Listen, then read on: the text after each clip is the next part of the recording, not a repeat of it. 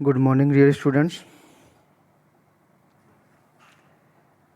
जो BSc third year की NMR spectroscopy की जो फोर्थ क्लास है आज, उसमें आपका स्वागत है। इससे हम लोग 3 क्लासें डिस्कस कर चुके हैं।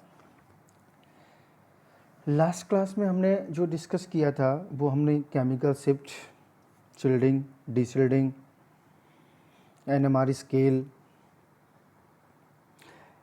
इफेक्ट ऑन केमिकल शिफ्ट, प्रीरिएक्शन किससे होगा, वी प्रीरिएक्शन किससे होगा। तो जो इफेक्ट ऑफ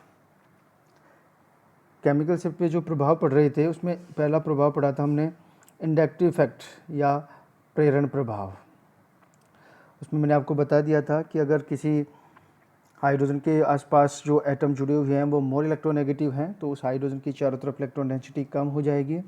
इलेक्ट्रॉनिक डेंसिटी कम होने से उसका डीशिल्डिंग हो जाएगा, और डीशिल्डिंग होने से जो एनएमआर सिग्नल है वो लो फील्ड में चला जाएगा। मीन्स उसकी डेल वैल्यू इंक्रीज होगी।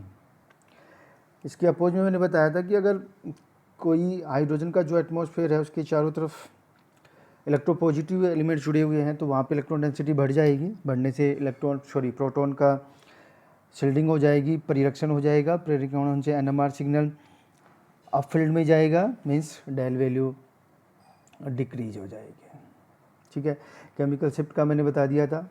अब जो फैक्टर फैक्टिंग था उसमें 2 फैक्टर्स हम लोग पढ़ चुके थे, इंडक्टिव इफेक्ट एंड वान डर वाल्स वी प्रीरिएक्शन प्रभाव।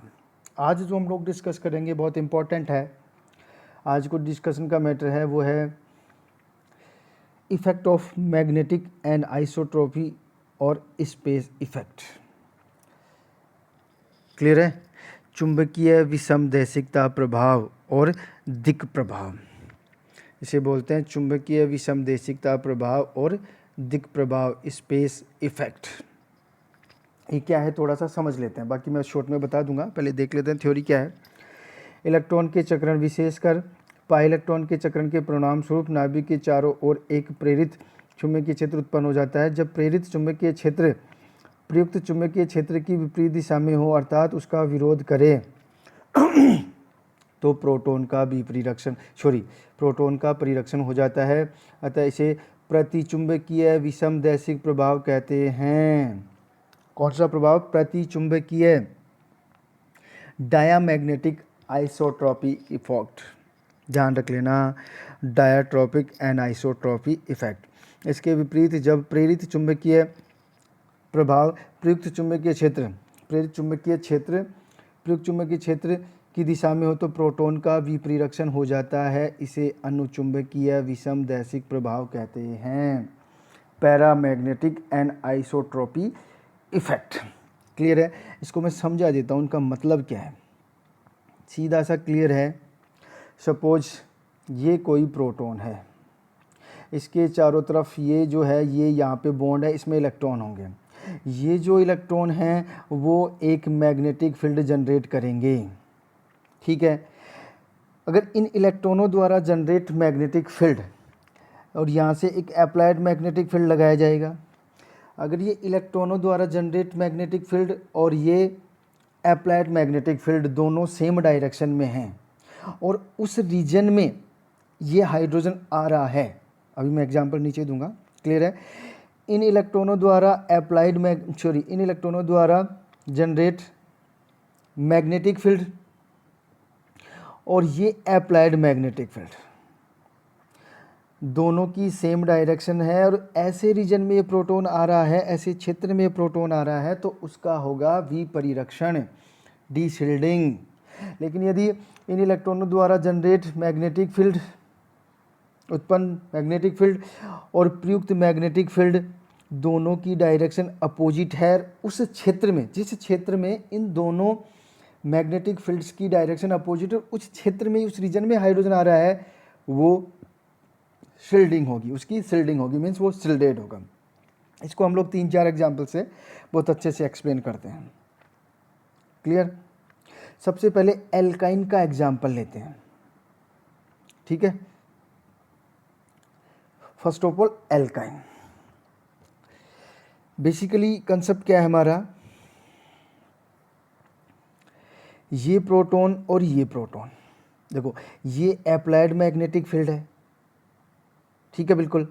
और यहाँ से ये जो 3 बॉन्ड है, इनके जो इलेक्ट्रॉन है पाई इलेक्ट्रॉन्स हैं, पाई इलेक्ट्रॉन्स भी हैं, सिग्मा इलेक्ट्रॉन्स भी है, क्योंकि 3 में से 1 सिग्मा है, 2 पाई बॉन्ड। ये पाई बॉन्ड्स या सिग्मा बॉन्ड्स मिला करके जो मैग्नेटिक फील्ड जनरेट करेंगे, वो यहाँ से जनरेट होकर के इस डायरेक्शन में जाएगा। इस तरह से उसके ये डायरेक्शन होगी मैग्नेटिक फील्ड की जो इन्होंने जनरेट किया है। मीन्स यहाँ पे डायरेक्शन नीचे की तरफ है, यहाँ पे डायरेक्शन ऊपर की तरफ है। तो देखो अगर हम लोग पर्टिकुलर इस हाइड्रोजन के रीजन की बात करें, किसकी बात करें हम लोग, पर्टिकुलर इस हाइड्रोजन के रीजन की, या सॉरी इस हाइड्रोजन या इस हाइड्रोजन, तो इस हाइड्रोजन में ये हाइड्रोजन उस रीजन में है जिस रीजन में जनरेट मैग्नेटिक फील्ड की डायरेक्शन ये है, और इसके रेफरेंस में अप्लाइड मैग्नेटिक फील्ड की डायरेक्शन ये होगी।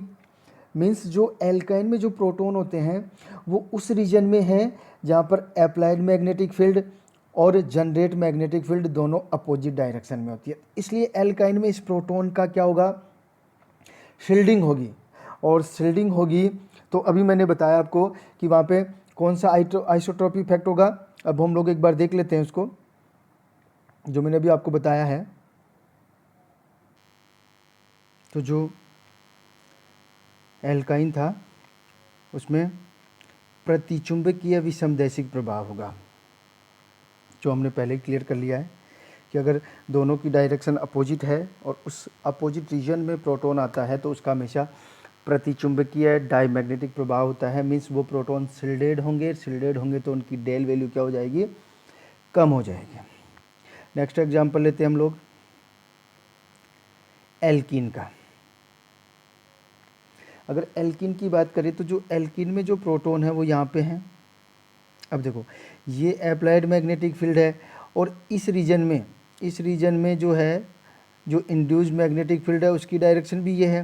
मीन्स अप्लाइड मैग्नेटिक फील्ड और इंड्यूस्ड मैग्नेटिक फील्ड दोनों सेम डायरेक्शन में है, सेम डायरेक्शन उस रीजन में है जिस रीजन में ये प्रोटॉन है, ठीक है। इट मीन्स ये जो प्रोटॉन है वो डीशिल्डिंग जोन में है। मीन्स उस रीजन में है जिस रीजन में अप्लाइड मैग्नेटिक फील्ड और इंड्यूस्ड मैग्नेटिक फील्ड दोनों की डायरेक्शन सेम है।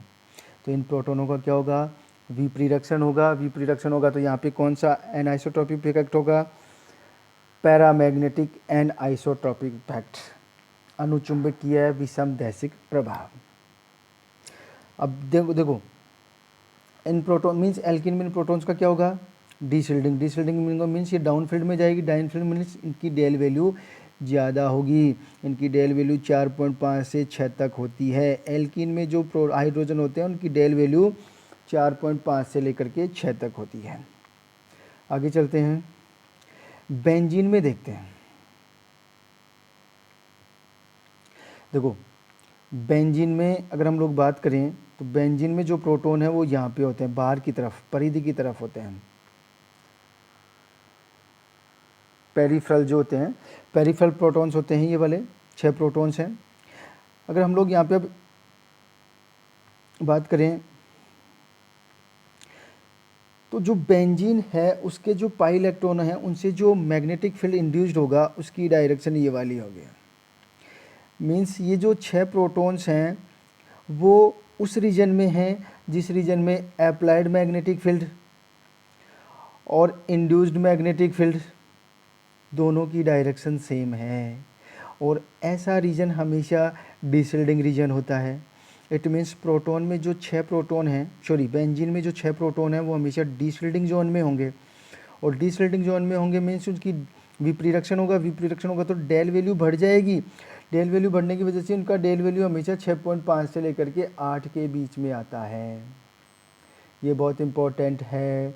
बेंजीन में 6 प्रोटॉन डीशिल्डेड होते हैं, और बेंजीन में जो बाहर वाले प्रोटॉन हैं उनके लिए पैरामैग्नेटिक एंड आइसोट्रोपिक इफेक्ट होता है। मीन्स अनुचुंबकीय विसमदैशिकता प्रभाव प्रदर्शित करते हैं, ठीक है।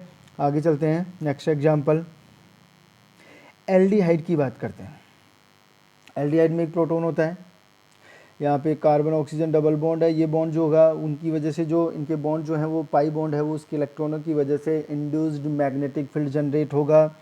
तो इसकी डायरेक्शन इधर ये वाली होगी, इधर ये वाली होगी। अप्लाइड मैग्नेटिक फील्ड की डायरेक्शन ये है।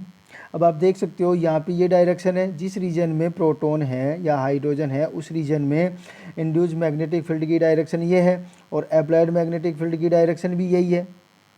इट मीन्स दोनों की डायरेक्शन सेम है, इसलिए जो प्रोटॉन का एच होता है वो हाईली डिसोलेटेड होता है, विपरीरक्षण होता है, विपरीरक्षित होता है, इसलिए इसकी डेल वैल्यू जो होती है वो 9 से 10 के बीच चली जाती है। फॉर एग्जांपल हम लोग देख सकते हैं इसमें, यहाँ पे ये जो प्रोटॉन है उनकी डेल वैल्यू 2.20 के आसपास है, जबकि ये प्रोटॉन डिसोलेटेड जोन में, हाईली डिसोलेटेड जोन में है, विपरीरक्षित क्षेत्र में है, इसलिए इसकी डेल वैल्यू 9 से 10 तक हो जाती है। यह ध्यान रखना, वेरी वेरी इंपॉर्टेंट।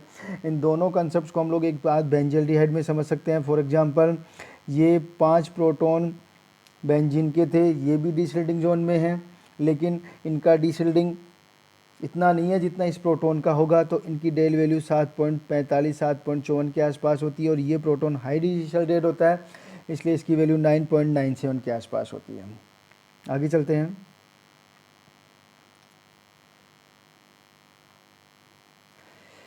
ये तीनों एग्जाम्पल्स एल्कीन का, बेंजीन का और एल्काइन का एक साथ दिए गए हैं, इनसे आप समझ सकते हो। एल्कीन में जो प्रोटॉन होंगे वो डिसोल्डिंग जोन में होंगे, बेंजीन में जो बाहर वाले प्रोटॉन होते हैं वो भी हमेशा डिसोल्डिंग जोन में होते हैं, इनके लिए दोनों की डेल वैल्यू ज़्यादा होती है। जबकि जो एल्काइन है उनके जो प्रोटॉन होते हैं वो हमेशा शील्डिंग जोन में होते हैं, इसलिए इनकी डेल वैल्यू कम होती है। अगर हम लोग बात करें एनुलिन्स की, एनुलिन्स में क्या होगा, देखो एनुलिन्स में पहले एक चीज़ समझ लो आप लोग, एनुलिन्स में 2 तरह के प्रोटॉन हैं, एक अंदर वाले 6 प्रोटॉन हैं और ये बाहर वाले 3 3 6 3 9 3 12 प्रोटॉन्स हैं। अब देखो जैसा बेंजीन में है वैसा ही इस कंपाउंड में बात करेंगे हम लोग। देखो अब यहाँ पे जो डायरेक्शन होगी, जो बेंजीन के अंदर, जैसे सपोज ये अप्लाइड मैग्नेटिक फील्ड है, इसको हम लोग ऊपर से समझ सकते हैं। अब मैग्नेटिक फील्ड की बात, ये देखो इधर जो है, इधर जो डायरेक्शन है इंड्यूस्ड मैग्नेटिक फील्ड की ये होगी, लेकिन बेंजीन रिंग के अंदर जो होगी वो ये वाली होगी, ऊपर से नीचे की तरफ। ये अप्लाइड मैग्नेटिक फील्ड है, अंदर ये एनुलिन के अंदर जो साइट होगी वो ये होगी, और बाहर की तरफ डायरेक्शन होगी वो ये होगी। तो हम लोग देख सकते हैं अब यहाँ पे एनुलिन्स में 2 टाइप का मैग्नेटिक फील्ड होगा, एक तो रिंग के अंदर जिसकी डायरेक्शन अपोजिट है अप्लाइड मैग्नेटिक फील्ड की, एक बाहर की तरफ मैग्नेटिक फील्ड है की डायरेक्शन है जो अप्लाइड मैग्नेटिक फील्ड की डायरेक्शन में। तो ये क्लियर है कि जो 18 एनुलिन है हमारी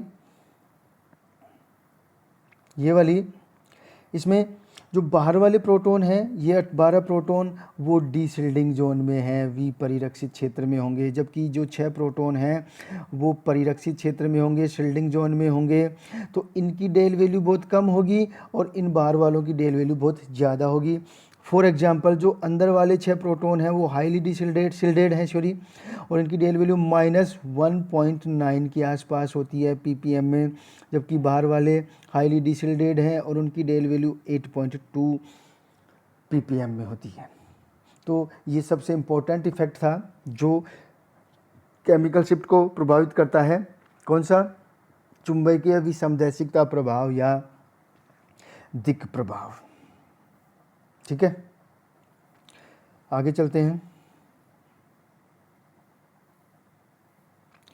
तो आज हम लोग इसको यहीं ख़त्म करते हैं। ये हमारा अब तक ये चैप्टर लगभग जितने 4 लेक्चर हो चुके हैं आज सहित, इसमें हम लोग बहुत सारी चीज़ें डिस्कस कर चुके हैं। आज जो डिस्कस किया बहुत इंपॉर्टेंट है, विसमदैशिकता प्रभाव।